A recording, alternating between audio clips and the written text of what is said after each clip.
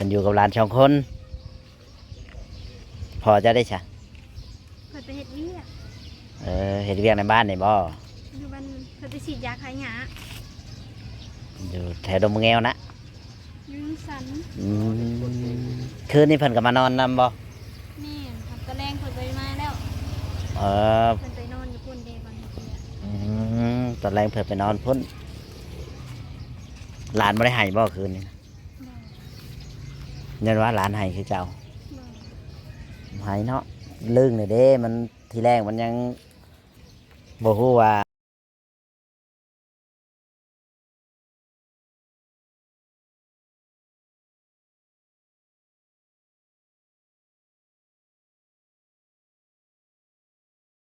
สวัสดีและสบายดีพ่อแม่พี่น้องFCเมื่อสุขคนพี่น้องเนาะมาหาทางน้องแต่ได้อีกแล้วพี่น้องวันนี้เนาะไปติดตามรับชมนำกันเลยพี่น้องเอ้ยสบายดี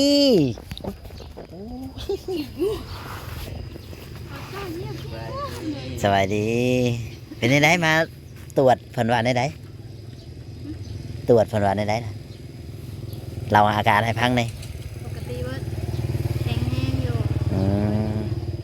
แต่เพิ่นบ่ให้เฮ็ดเวียกส่วนบ่ให้เฮ็ดเวียกเพิ่นเอาปึ้มมาให้รถ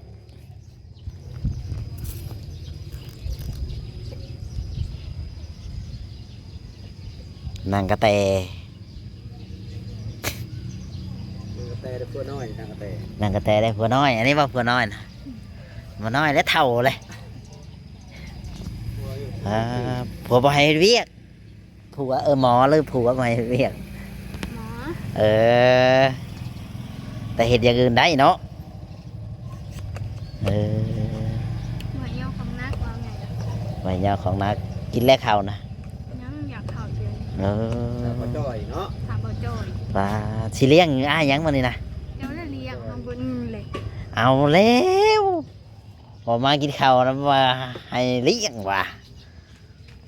น้องกระเตมาแต่จักโมงเช้านี่8 โมงฮอดพี่เช้าแห้งแต่เช้าแห้ง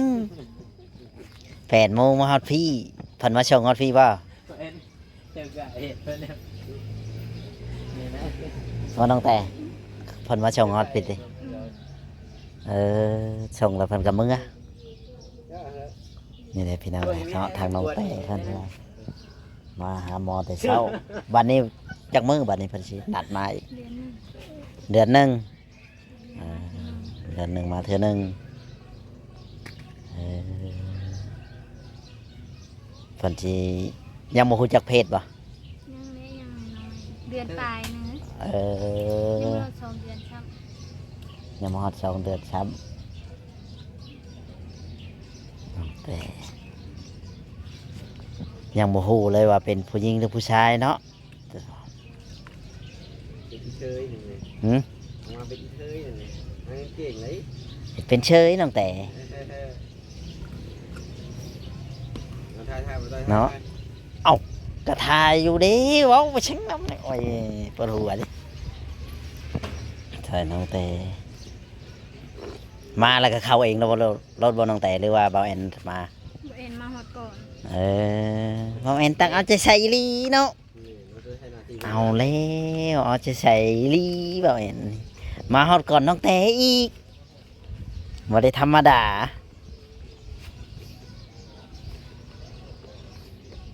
แปลว่าเยี่ยมมา2 คนน้องตุ๊กเมื่อแล้วยังกะเพราเมื่อน้องนี่ได้เด้2 คนนะฉันอยู่กับหลาน2 คนพอจะได้ใช่เพิ่นไปเฮ็ดเวียกเฮ็ดเวียกในบ้านนี่บ่อยู่บ้านเพิ่นไปฉีดยาคลายหญ้าอยู่แถวดงมะแงวนะอยู่สันคืนนี้เพิ่นก็มานอนนำบ่แม่นครับตะแรงเพิ่นไปมาแล้วเพิ่นไปนอนอยู่พุ่นเด้บางเทื่อตอนแรกเพิ่นไปนอนพุ่นหลานบ่ได้ให้บ่คืนนี้ยันว่าหลานให้คือเจ้าให้เนาะลึงเลยเด้มันทีแรกมันยังบ่ฮู้ว่ามันยังบ่เรื่องที่นอนหั่นนะพันยังบ่คืนนี่นะบ่ได้พันยังเลย มายังประตู พาลูกมาฝากท้อง เออ เดี๋ยวจ่อยกันอีก จ้างไปได้คอนวันหนึ่งวันหน่อย มาจ่อย นี่แหละพี่น้องเลย ก่อนแล้วไม่ใช่เพลงนะมาจ่อย เตรียมตัวแล้วน้องแต่เตรียมตัวสิได้เป็นแม่คนคิดว่าสิเป็นผู้หญิงหรือผู้ชายนี่บอกนะแค่ให้คิดก่อนนี่อยากได้ผู้หญิงหรือผู้ชาย ได้เบิด ได้หมดเป็นกระเทยก็ได้ ได้ เออ เป็น แล้วแต่มันจะเป็นเปล่า อืม เขาเพียงแต่เป็นคนก็พอเนาะอืมแล้วแต่เป็นคนพี่น้องทางน้องแต่เพิ่นก็บ่ได้ว่าอย่างนั้น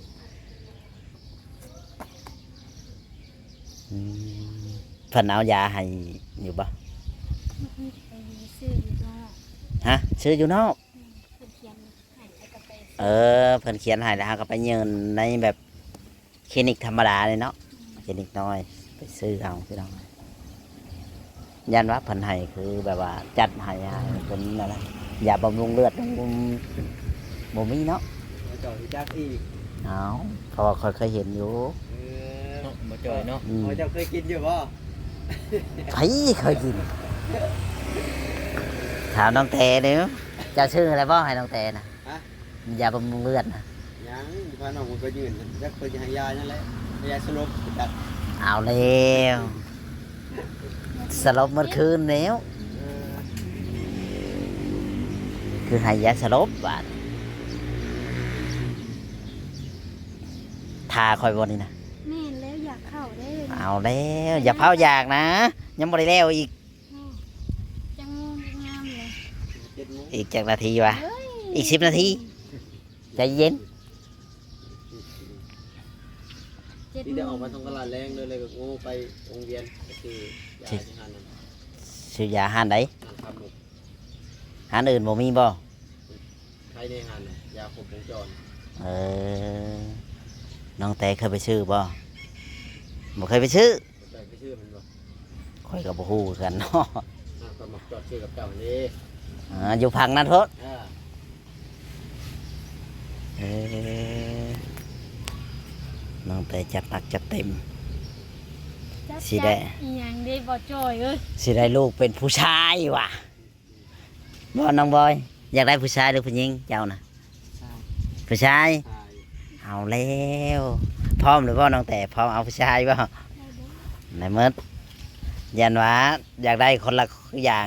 ต้องให้มันได้ช่องเห็นแบบนี้ คิดตรงเลย เอาแล้วอย่าพาว ขอ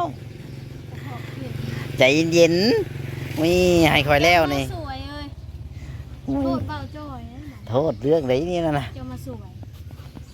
ไม่ต้องเกิดที่พูดแบบนี้จากว่าเนี่ยมาจอด ทำไมน้องแต่ถึงพูดแบบนี้ แต่ว่าจ่อยมาสวยดี จะเป็นยอมหัตตี้อะไร สวยแลนมาแต่ถึงเติมเลยนี่เนาะพอดีแล้วนั่งรอเพื่อหมอเพิ่นเข้าการ ฮะ ซอกใจบอก เพื่อเพิ่นเข้าการจักหน้อยหนึ่งเพิ่นเข้าการ8 โมงโมเมนบ่หรือว่าเข้าก่อนนี่แหละ ตำหัวต อืมหนุ่มบอยกับน้องแต่มาแต่เด็กแต่ดื้อน้องพูดดิ นี่เป็นผู้จ้อยนะสวย หรือว่ามาเลี้ยงงัวนำบ่ ำแม่นแน่งัวเขา เออ เอามาเลี้ยงอยู่บ้านน้องอีหยา งัวน้องแต่คือหลายแท้ จักมาทางใดค่ะเล่นไปเรียนแต่งัว คือปล่อยมันขี่ทั่วทิพย์ทั่วแดนแท้งัวจัง คนบ่ไหลออกบ่ไหลบ่ได้ บ่น่าจะบ่ไหล เนี่ยเอ๊ะ เพิ่นจะบ่มีวันปลูกเลย งัวอยู่นี่ เนี่ย งัวแถวนี้แหละเพราะว่าเฮือนใกล้เฮือนเคียงอยู่แล้วนี่เลยพี่น้องเนาะถ้าน้องแต่เพิ่นก็มาแต่ผักคั้นบัดนี้เพิ่นนัดอีกเดือนหนึงกันท้องใหญ่ขึ้นไปเรื่อยๆเพิ่นก็สินัดทีลงไปแม่นบ่น้องแต่ งูเพิ่น อ้าว งูได้ มันต้องทีเด้ฉันจะแบบอันนั้นก็เดือนต่อเดือนลังเถื่อก็ได้ลังเถื่อก็บ่ฮอดเดือนก็มีถ้าท้องเจ้าใหญ่ได้สายคิดว่า จักอีก บ่มัน มันสิเป็นประมาณนั้นน่ะ จะ นะ มีลูกอ่ะ อืม เจ้าก็ฮู้แล้วจะมีลูก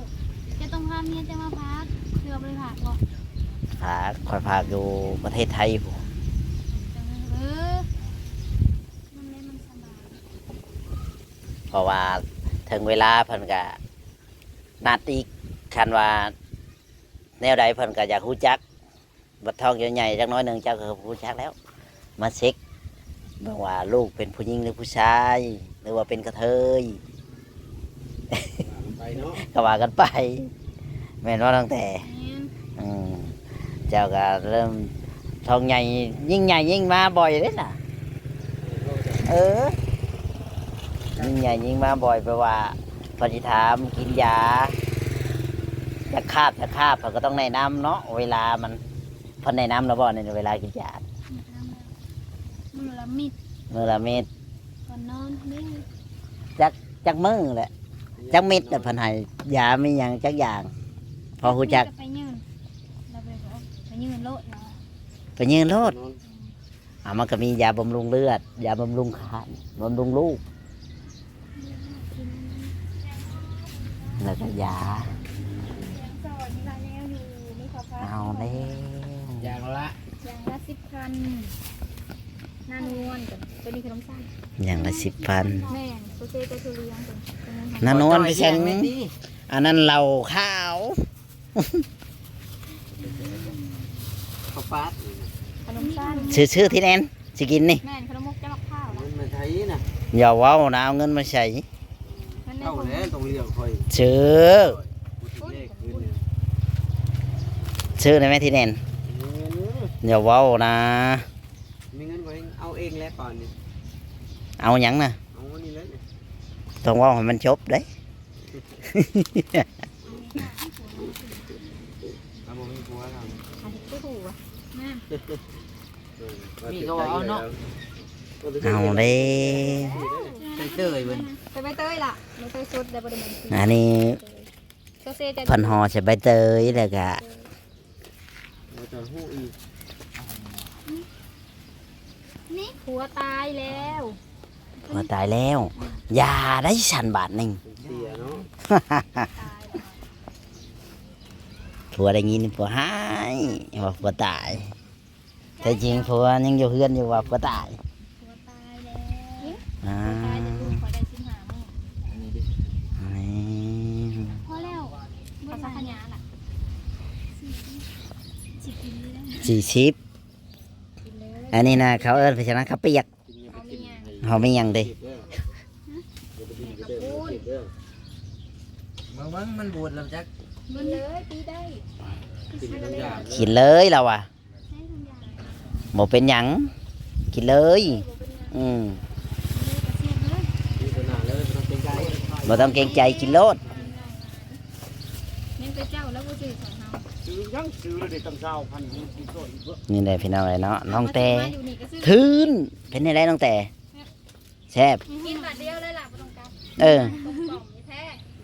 กินบาทเดียว กัดบาทเดียว อือโลดบ่ต้องยำเนาะ เอามาเรียกแสนนึง เอาแล้ว ว่าแล้ว บ่ แท้ ต้องยำรถ ว้าวแล้วติดใจแล้วเนาะ เอ็ดแบบ โอ้ เลยลึก เอ เล อย มันงุมบาทเดียวเลยขอบใจเอ็ด ต้อง เอ แกะ แซ่บ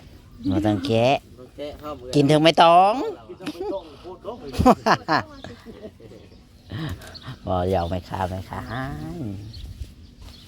นี่แหละพี่น้องเลยน้องแต่สิทืนถึงไม่ต้องเบิ่งเป็นไงทืน ไม่บ่เห็น พอดีว่าหลังจากที่ปากท่อ บอกแอนแบบมาถ่ายไปอย่างนั้น ที่เราไปหิวข้าวนะหิวข้าวแห้งไปบ่ฮอดห้านเพิ่นว่า เอ้าน้องตี ตอนนี้ก็เป็นเวลา9 โมงปลายแล้วก็เลยว่าเอ้าขอกอกข้าวก่อน เป็นไงไร เป็ด กลมกล่อมบ่ บ่เห็นเอามา บ่เฮ็ดตุ้ย บอกแอนเราปิดกล้องงามไหนเราไม่เห็นอันนี้แล้วบ่ได้ปิดกล้องซื่อๆดอก ไปถ่ายกินกับเมียกินข้าวกับเมียแล้วมันแซ่บ อื นะ ม แล้วก็บ้านก็คือคุณแม่ เออ คือกินกับผู้สาวเมื่อวานนี่นะ น่า อันนี้ บ่แม่น ว่าไอ้ลูกเมียเบิ่งเพชรกันแล้วบ้านนี้ บ่แม่นผู้สาว ผู้ใดฉัน กินกับบ่จ้อย กินกับเปาจ้อยสองคน ไปเลี้ยงข้าวจะอยู่วานเนี่ยโอ้ยว่านี่นี่เอาเงินกลับขึ้นมา เงินมาได้ใช้ อันนี้ คนร้านได้บ้านอยู่ว่าบดจ่าคนไว้ เ อันดี พอลูกแพทย์ได้ท้องไหม อันดี จะบ่ไป อย่าแล้วเนาะก็ดีใจน้ำหมูเด้เออกินให้หมดกินให้มันหมดเดี๋ยวสิพาไปนี่กินบ่หมดบ่ได้พาไปเด้ อันนี้เอาไว้ให้น้อง นี่เอายาได้ดิ น้องกินได้บ่ ขนมหนานมัน เอาไว้ เขาเอิ้นขนมหน้านวลเด้ในขนมหน้าเกี้ยงแล้วเอิ้นแนวใดซั่น สรุปว่าจะ ไปบัดนี้ไปต่อยายังไงก็มาลุ้นกันบัดนี้ นี่แหละพี่น้องเอ้ยไป เอาไงบ่จอหมวกจอ เอาแล้ว ไว้ใช้เอง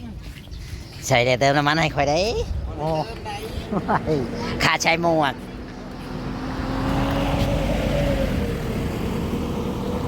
คือตำรวจเจ้ามาตั้งใกล้เขายับมาหมองรถตามกันนั่นแหละ อย่ามาเลย แม่น ต้องกินน้ำหนึ่ง นี่น้องแต่ โอ้ตบอยู่ที่หมวกกันน็อก บันทึกผลคืนนี่ ปลาเว้ยนี่ โหดบ่ ป้านี่ก่อนค่ะกิน อ่าสิพาผู้สาวไปสาวห้องอยู่ไสนี่ฮะ ของแถว ใกล้ นี่ มาครับพี่ เออถามน้องวันสิพาผู้สาวไปสาวห้องอยู่ไสนี่ออกจากโรงหมอไปแล้วพี่น้องเอ้ยทางน้องแต่ก็ได้โรงพยาบาลพี่น้องเอ้ยหมอแอน